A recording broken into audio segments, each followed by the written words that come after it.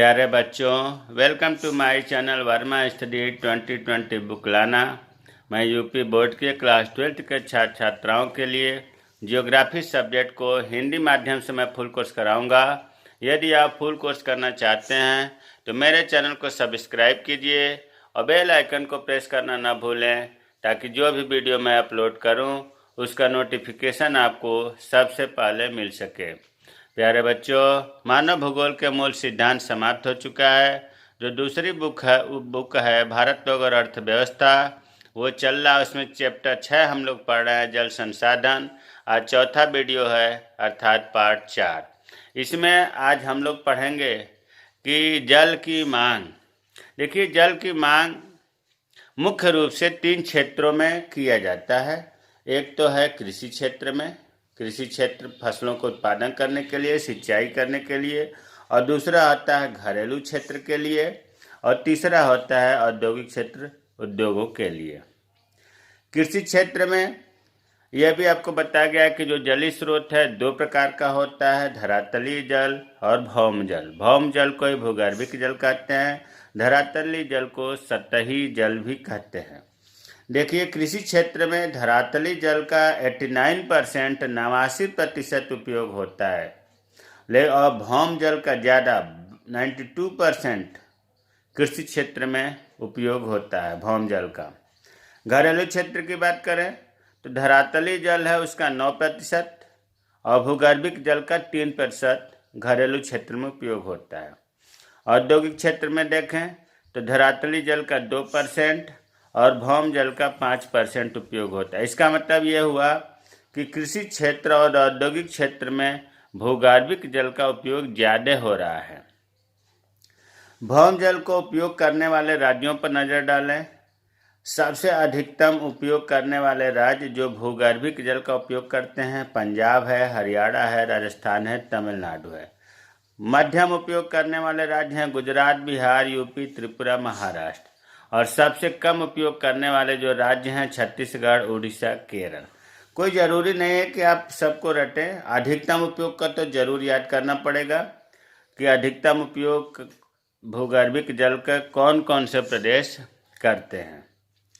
आगे है पंजाब, हरियाणा और पश्चिमी उत्तर प्रदेश में नीबल बोए गए क्षेत्र का, नीबल का मतलब होता है नेट, शुद्ध बोए गए क्षेत्र का 85% भाग सिंचित है। इन 3 प्रदेशों में पंजाब और हरियाणा, उत्तर प्रदेश का पश्चिमी हिस्सा, जो शुद्ध बोया गया क्षेत्र है इन तीनों राज्यों का, उसका 85% भाग सिंचित है। सिंचित का मतलब हुआ कि वहाँ सिंचाई की जाती है। और ये जो सिंचित है 85%, इस पर इसके डाटा को ध्यान दो कि सिंचित क्षेत्र का पंजाब में 76.1% भाग भौम जल से होता है। जो पंजाब, हरियाणा, पश्चिमी उत्तर प्रदेश का शुद्ध बोया गया क्षेत्र का 85% भाग सिंचित है। सिंचित क्षेत्र का 76.1% पंजाब में कुओं से, नलकूपों से होता है। कुआं नलकूपों का मतलब कि भूगर्भिक जल से होता है।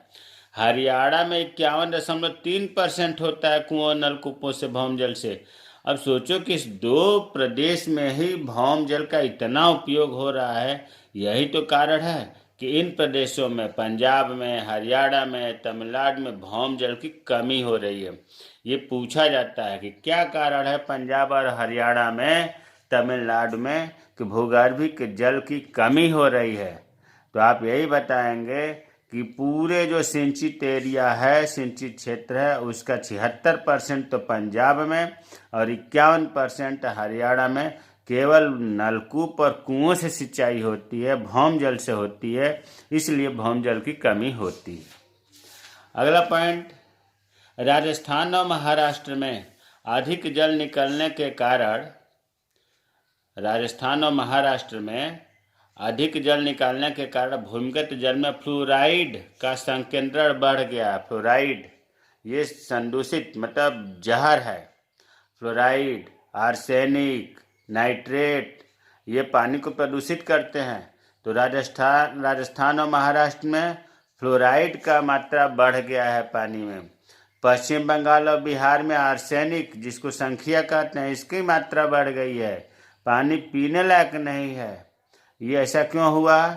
ऐसा भौम जल का अधिक से अधिक शोषण करने के कारण हुआ। अब प्रश्न उठता है कि कृषि क्षेत्र में अभी आपने ऊपर देखा कि 89% धरातली जल का, भौम जल का 90 सबसे ज़्यादा कृषि क्षेत्र में उपयोग हो रहा है। कृषि क्षेत्र में अर्थात भारत में सिंचाई की आवश्यकता क्यों पड़ी? कृषि क्षेत्र का मतलब सिंचाई की जरूरत पड़ती है। भारत में इतनी सिंचाई की आवश्यकता क्यों पड़ती है? तो इसका भारत में सिंचाई की आवश्यकता के जो कारण हैं वो कई हैं। पहला तो है कि वर्षा की अनिश्चितता। भारत में जो है वर्षा की मात्रा और समय अनिश्चित है। कोई फिक्स नहीं है कि वर्षा कितनी होगी और कब होगी। जो मानसूनी वर्षा होती है, जिससे कभी निश्चित समय से पहले आ जाती है और कभी निश्चित समय से पहले ख़त्म हो जाती है। कहीं बाढ़ आती है तो कहीं सूखा पड़ता है।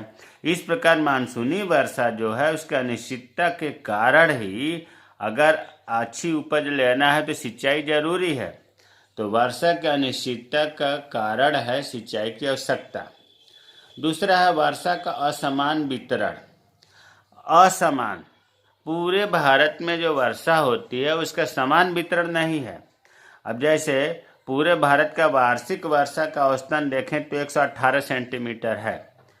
पूरे भारत की बात हो रही है, वार्षिक वर्षा का औसत 118 सेंटीमीटर है। लेकिन क्षेत्रीय वितरण किसी प्रदेश में बहुत ज़्यादा, किसी प्रदेश में बहुत कम होती है। देखो उधर चेरापूंजी और मासीन राम, पहले सबसे अधिक वर्षा जो है चेरापूंजी में होती थी, अब ये जगह बदल करके मासीन राम हो गया। विश्व की बात हो रही है। विश्व में सबसे अधिक वर्षा अब मेघालय प्रदेश में चेरापूंजी के बगल में मासीन राम है, यहाँ वर्षा हो रही है। चेरापूंजी मत बताइएगा। तो इस चेरापूंजी और मासीन राम में वर्ष भर में 1200 सेंटीमीटर से अधिक वर्षा होती है। 1200।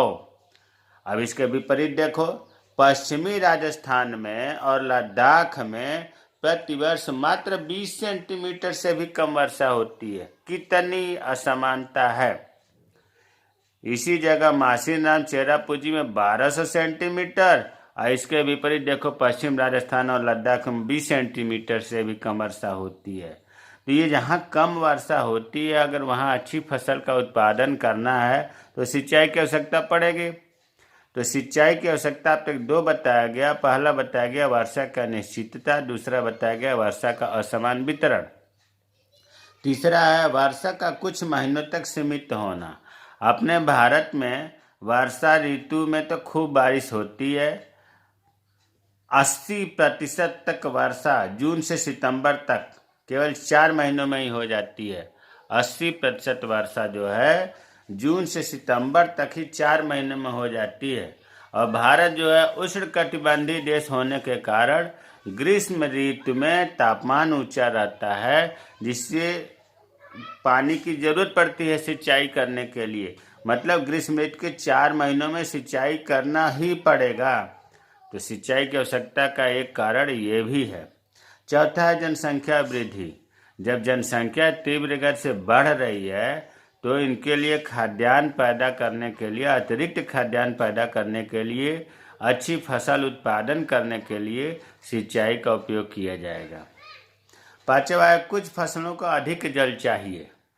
कुछ फसलें ऐसी होती हैं जैसे चावल हुआ, गन्ना हुआ, जूट, सब्जियां, इनको पानी अधिक चाहिए। छठा व्यापारिक फसलों के उत्पादन के लिए। व्यापारिक फसल का मतलब होता है कमर्शियल क्रॉप, कैसी खेती करना जो हमें विदेशों में निर्यात करना है। तो जब हमें निर्यात करना है, व्यापार की दृष्टि से फसलों का उत्पादन करना है, तो अच्छे फसल के उत्पादन के लिए सिंचाई की जरूरत पड़ती है। इसलिए सिंचाई की आवश्यकता व्यापारिक फसलों के उत्पादन के लिए भी होगी। सातवां है वर्षा का बौछार के रूप में होना। अपने यहाँ जो मानसूनी वर्षा होती है वो बहुत तेज होती है बौछार के रूप में, और इतना तेज होती है कि इसका पानी, वर्षा का जो पानी है, बह जाता है। उसे धरातल में रिसने का अवसर नहीं मिलता, धरातल में नीचे जाने का अवसर नहीं मिलता। ऐसी स्थिति में भूमि प्यासी रह जाती है और धरती का प्यास बुझाने के लिए सिंचाई आवश्यक हो जाता है। तो ये आपको 6-7 पॉइंट बताया गया कि भारत में सिंचाई की आवश्यकता ज़्यादा पड़ती है। क्यों पड़ती है? इसीलिए धरातली जल का 89%, भौम जल का 92% कृषि क्षेत्र में उपयोग होता है। अब इससे हट के है टॉपिक जल संरक्षण और प्रबंधन। इतना हम लोग पढ़ रहे हैं कि भौम जल का इतना, धरातली जल का इतना उपयोग होता है। अगर प्रश्न उठता है कि अगर हमें जल संरक्षण करना हो, प्रबंधन करना हो, तो मुख्य कौन सी तकनीक अपनाई जानी चाहिए? तो पहला है कि प्रभावशाली नीतियां और कानून बनाना। सरकार को ऐसी पॉलिसी और कानून बनाना चाहिए ताकि पानी का दुरुपयोग करने से लोग डरें, सबमर्सिबल चला करके छोड़े नहीं। इतना कानून सख्त बनना चाहिए।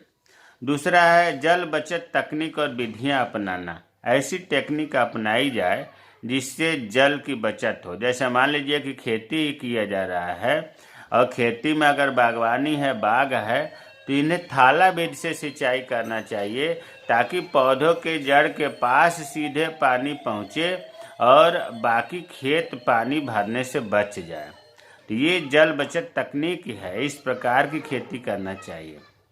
तीसरा है प्रदूषण से बचाव का उपाय करना। पानी प्रदूषित न हो ताकि जो हमारा 3% उपलब्ध जल है अलवड़ी जल, वो हमारा प्रदूषित न हो। इसके लिए सरकार केंद्रीय प्रदूषण नियंत्रण बोर्ड CPCB, राज्य प्रदूषण नियंत्रण बोर्ड SPCB, ये दोनों मिल करके 507 स्टेशन पूरे भारत भर में राष्ट्रीय जल संसाधन की गुणवत्ता को परखने के लिए ये मॉनिटरिंग कर रहे हैं।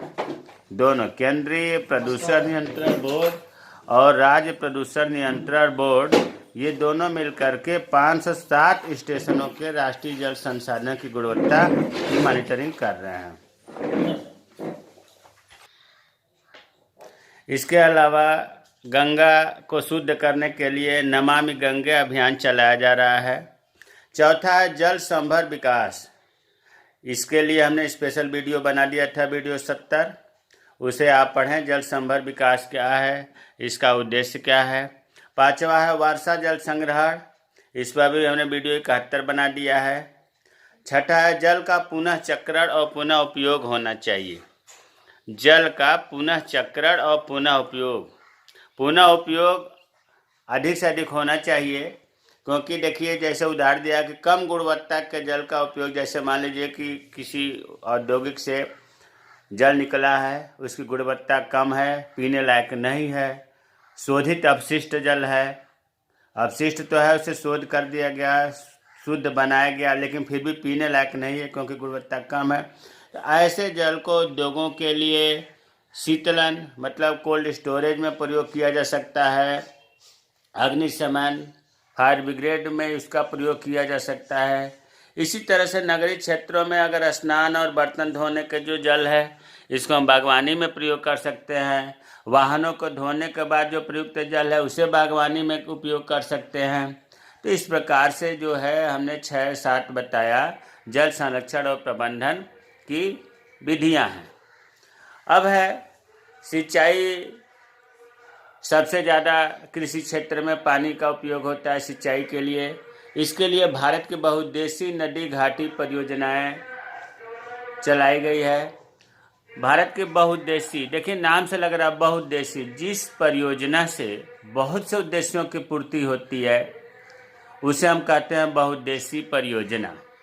बहुउद्देशीय परियोजना, नदी घाटी सभी परियोजनाएं बहुउद्देशीय परियोजनाएं हैं। जैसे भाखड़ा नांगल परियोजना, ये सतलज नदी पर है।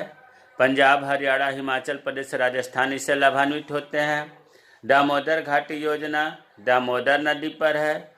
झारखंड और पश्चिम बंगाल इससे लाभान्वित होते हैं। हीराकुंड बाज परियोजना महानदी पर है, उड़ीसा इससे लाभान्वित होता है। नागार्जुन सागर परियोजना कृष्णा नदी पर है, आंध्र प्रदेश में इससे लाभान्वित होता है आंध्र प्रदेश। इंदिरा गांधी नहर परियोजना ये सतलज नदी पर है, राजस्थान, पंजाब, हरियाणा इस परियोजना से लाभान्वित होते हैं। अब बहुउद्देशीय, अभी हमने बताया कि बहुत से उद्देश्यों की पूर्ति होती है। तो जैसे कुछ उद्देश्यों की पूर्ति क्या क्या है, बहुउद्देशीय नदी घाटी परियोजना से बाढ़ की रोकथाम हो जाती है। सिंचाई के लिए नहरों का विकास हो जाता है। जल विद्युत उत्पादन केंद्र की स्थापना होती है। बिजली उत्पादन करने के लिए जल कृषि, जल परिवहन तथा पर्यटन क्षेत्र का विकास होता है। कृत्रिम जलाशय की स्थापना होती है। ये जो है 5-6 आपके उद्देश्य है जो बहुउद्देशीय नदी घाटी परियोजनाओं से पूर्ति होती है। तो प्यारे बच्चों, हमें उम्मीद है कि जल संसाधन चैप्टर से ये वीडियो लगभग आज पूरा हमने पाठ पढ़ा दिया है। अगला वीडियो जो बनेगा वो अभ्यास के प्रश्नोत्तर होंगे। हमें उम्मीद है कि समझ में आया होगा। अगर कोई चीज़ नहीं समझ में आया है तो कमेंट बॉक्स में कमेंट करें, मैं रिप्लाई ज़रूर करूँगा। जय हिंद, जय भारत।